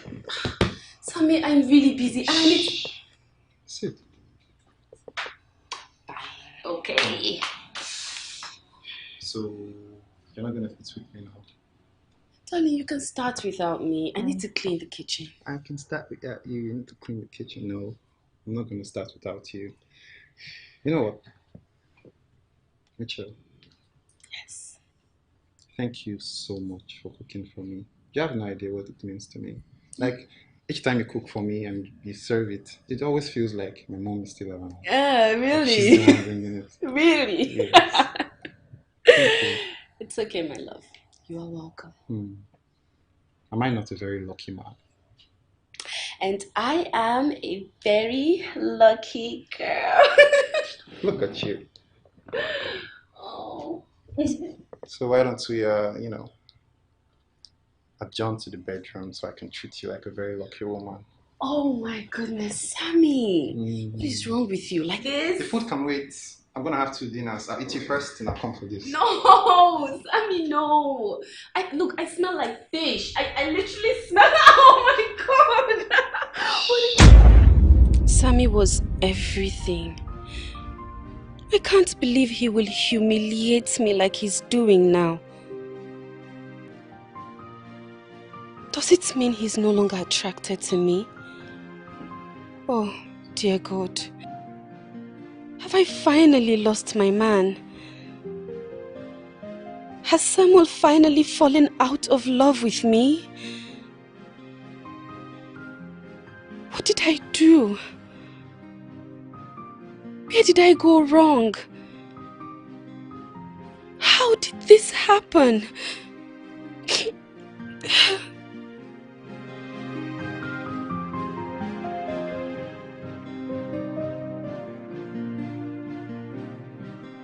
I didn't mean to annoy you. Please, I was just joking. With the fact you have another girlfriend? I mean, which boyfriend in the world would joke with something like that right in front of his girlfriend? Baby, I was joking. Why would you even believe that I have another woman aside you? It's impossible and you know that. Well, I'm still not coming into the room. My love, it doesn't call for it. Yes, it does.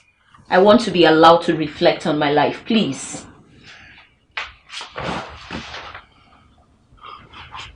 My love. My love, you know it that your life belongs to me. Just like mine belongs to you. We should be together always. Don't make this more difficult than it is already. I'm begging you. Let me be. You have another woman. Stick to her and let me be. Don't say things that will start making me feel you never loved me. Really? Nick, can you just stop acting up? You're lying and you know it. You clearly know you're lying. I am not lying.